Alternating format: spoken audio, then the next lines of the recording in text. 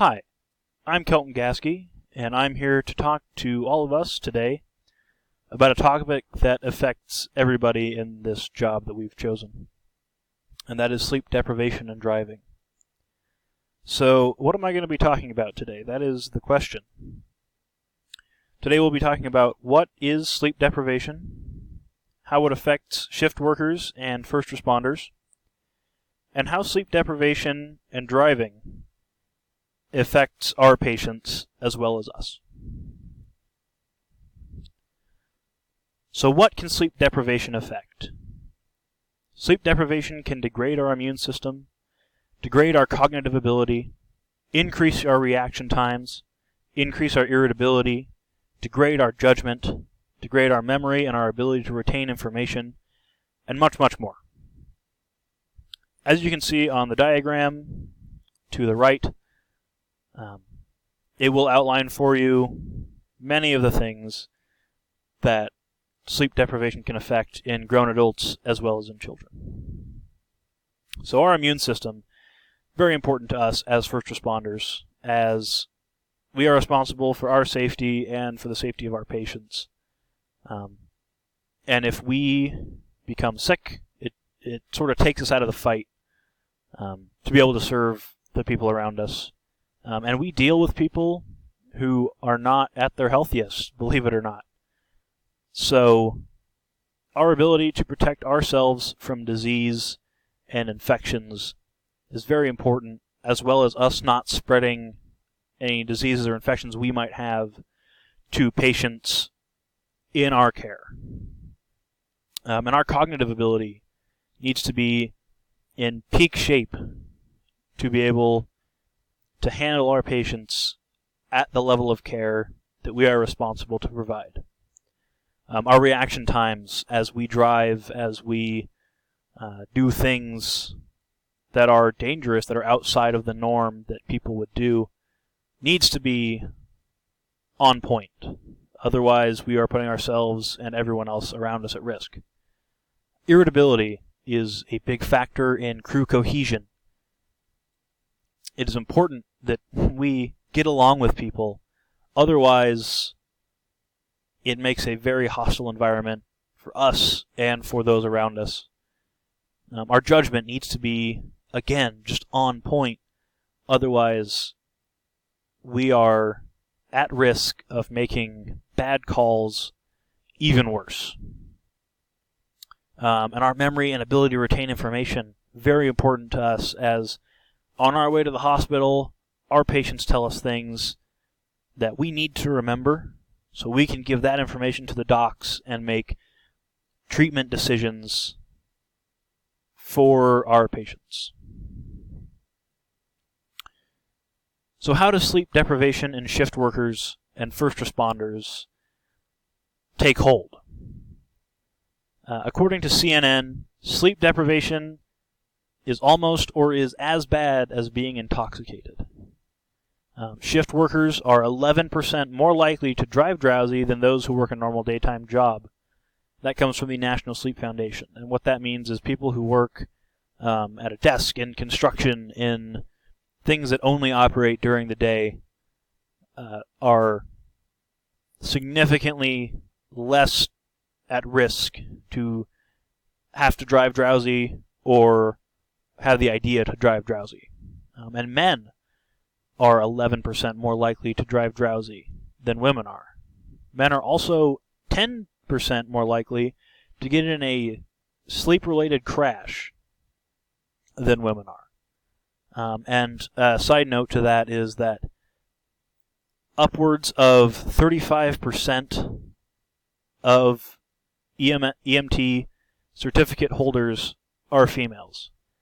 So that means the overwhelming majority of people who are in the EMS field are men, and we are at more of a risk to cause a crash than females would be. And a study done in Australia showed that being awake for 18 hours is equivalent to having a blood alcohol content of 0.05, and being awake for 24 hours is equivalent to having a blood alcohol content of 0.1, all of this while 0.08 is legally drunk. So that begs the question, what do we do to solve this problem? And this is not a perfect solution that I've come up with, that several others have pointed at and said, hey, what about this? So if we look at countries in the European Union, they have driving times that everyone is required to adhere to. And that is, daily driving time will not exceed 9 hours per day. However, twice a week they can extend that to 10 hours per day. And their total weekly driving time shall not exceed 56 hours. And their fortnightly, which is 2 weeks, total driving time shall not exceed 90 hours. And I would propose that we take a good hard look at what exactly we do for our workers, for our first responders, as it relates to sleep deprivation, because otherwise we are putting ourselves, we are putting those in our care at risk. We're costing people money, and we are taking unnecessary steps to get people in crashes. I myself have been in an ambulance wreck, and I would very much like to see precautions put in place to prevent more of these ambulance wrecks from happening. So on that same note, what does sleep deprivation and driving pertain to us and our patients? So we hold our patients' lives in our care. We're there to help them on their worst days. We're there to serve.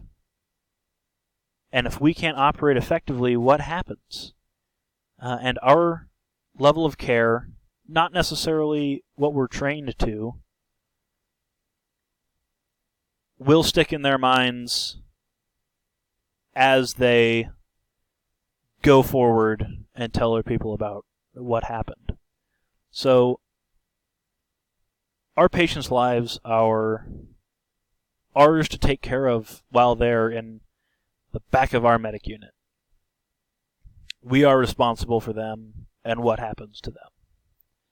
And we're there to serve. Sickness will take us away from that. So going back to our immune system discussion, if we get sick, we can no longer do our job effectively because we have to take time off, we have to do other precautions to keep other people from getting sick. And we're there on the people's worst days. This is the worst for them. They have nothing, no one else to call on. So if we come in irritated, making bad calls, what does that say about us, the people who trained us, and the place we work for? So we have to think beyond ourselves to our employers, our co-workers, our cohorts, because us having a bad day can eventually lead to them having a bad day. So in conclusion, sleep deprivation affects our body, our mind, and our attitudes. And it affects the people around us, both the people in our care and the people that we care about. I would propose a solution to this problem that we have of restricting driving hours, and whether that means switching out with a partner mandatorily or what have you. I think there is a very big need for a discussion about this subject. And I have presented the evidence that I have, that I've been able to find in a way that I believe is accessible and will help people understand what the problem is. Thank you.